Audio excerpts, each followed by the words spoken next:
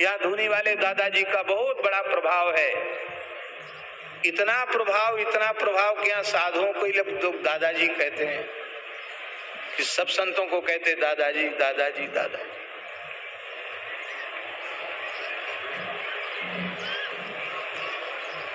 श्री गौरी शंकर महाराज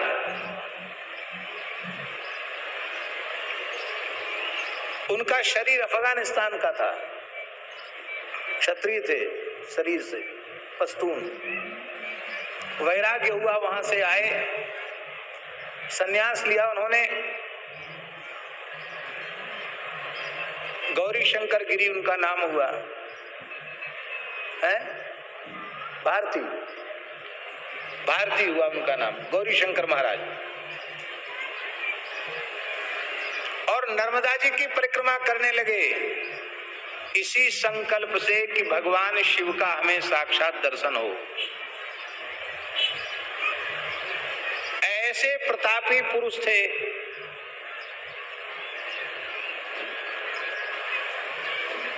श्री वृंदावन बिहारी लाल की।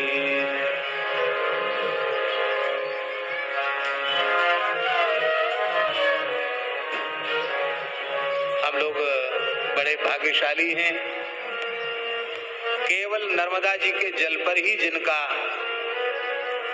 ऐसे पूज्य महापुरुष पधारे हैं, हम वंदन करते हैं। नारायण।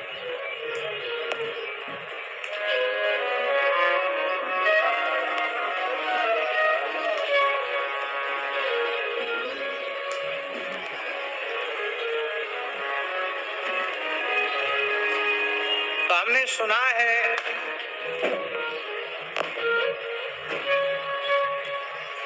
कि एक दो परिक्रमा नहीं, ये 3 वर्ष और 3 महीना 13 दिन कहते हैं ना, ऐसी परिक्रमा 18 की उन्होंने। कितनी? सैकड़ों साधु उनकी जमात में चलते थे और उनको जैसा सिद्ध, परम सिद्ध हो गए थे वो गौरी शंकर महाराज। लेकिन उनके अभीष्ट की पूर्ति नहीं हुई, शंकर जी का साक्षात दर्शन नहीं हुआ। तो उनके मन में आया कि हमारा ही कोई दोष है, नर्मदा माई की तो कृपा में कोई कसर नहीं है, तो अब नर्मदा जी में ही जल समाधि ले लेनी चाहिए। साईं खड़े के निकट जहां नर्मदा जी में अगाध जल है, रात्रि को 2-2:30 बजे ही वे उठ करके नर्मदा जी में जीवित समाधि, जल समाधि लेने के लिए चल पड़े। अगाध जल था वहां नर्मदा जी में, लेकिन गौरी शंकर महाराज जैसे नर्मदा जी के जल में प्रविष्ट हुए, घोंटू से ऊपर ही पानी नहीं गया। आश्चर्य हो गए। तो एक छोटी सी बच्ची को उनकी कन्नी उंगली पकड़ के खींचने लगी। बाबा कहाँ जा रहे हो? क्यों डूबना चाहते हो? क्यों जीवित जल समाधि लेना चाहते हो? उनको बड़ा आश्चर्य हुआ कि इस भयंकर रात्रि में जहाँ किसी को पता नहीं, इस बीच नर्मदा जी की धार में ये कन्या कहाँ से आई? छोटी सी बच्ची उंगली पकड़े, नहीं नहीं हम तो जल समाधि लेंगे, हमारे मनोरथ की पूर्ति नहीं हुई है। देखो ऐसा मत करो। तो गौरी शंकर महाराज बोले तुम्हारी बात हम क्यों माने? क्यों माने तुम्हारी बात? तुम क्या हमारी नर्मदा माई हो? मैं ही नर्मदा हूं। नहीं, इस रात्रि में तुम्हारी उंगली पकड़ने वाला मेरे अतिरिक्त कौन हो सकता है? मैं नर्मदा हूं। कहा हमें भरोसा नहीं हो रहा, आप अपने स्वरूप में दर्शन दो। नर्मदा जी साक्षात प्रकट हो गई। बोलो नर्मदा महारानी की। अब तो चरणों में सिर रख दिया नर्मदा जी के। कहा हमारे मनोरथ की पूर्ति क्यों नहीं हुई? नर्मदा जी ने हंसते हुए कहा कि तुम्हारी भक्ति से रीझकर भोले बाबा एक संत के रूप में, अवधूत के रूप में तुम्हारी जमात में ही वर्षों से चल रहे हैं।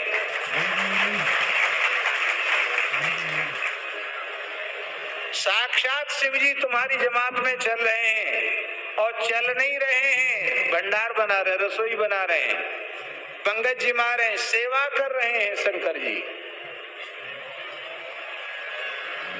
कढ़ाई मांज रहे हैं शंकर जी तुम्हारे यहाँ। जमात में सब सामान चलता तो बोले वो केशवानंद है ना, जिसे तुम अवधूत पागल समझते हो, वो शिवजी हैं साक्षात।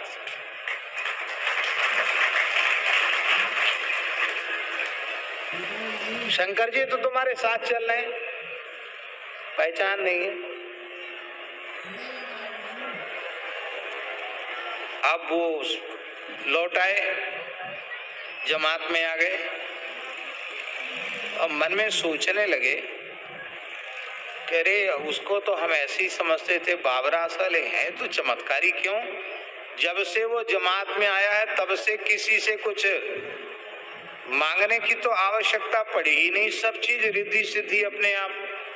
और सवेरे जमात चल रही है परिक्रमा में और साधुओं की इच्छा है कि गरम गरम हलवा खान हुआ तैयार, ये है तो कुछ ना कुछ चमत्कारी तो है। मन में सोचने लगे कि कुछ न कुछ विलक्षणताएं तो उसमें हैं। जैसे ही वहां आए तो देखा सवेरे का समय था, भोर का, और वो भंडार चिताने के लिए पहले कढ़ाई साफ कर रहे थे, अमनिया कर रहे थे। फिर उनके मन में आया कि अरे ये कहाँ शंकर जी हो सकते हैं, ये तो बर्तन मांजता है, काम करता है, ये कहाँ शंकर जी हो सकता है। तो नर्मदा जी प्रणाम करो। जैसे उन्होंने ऐसे किया तो केशवानंद जी ने ऐसे देखा, जैसे ही ऐसे देखा कि जटाजूट पर 3 नेत्र, साक्षात भूत भावन शिव जी का दर्शन हुआ। दर्शन हुआ, चरणों में पड़ गए, बोले बस हो गया काम, अब हमने तुमको पहचान लिया और तुमने हमको पहचान लिया, अब यहाँ रहने की आवश्यकता नहीं है। जंगल में चले गए। कहाँ चले गए पता नहीं चला। और कुछ काल के बाद वही श्री धूनी वाले दादाजी के नाम से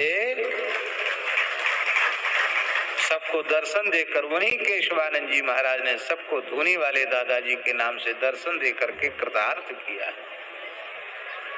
नर्मदा जी सब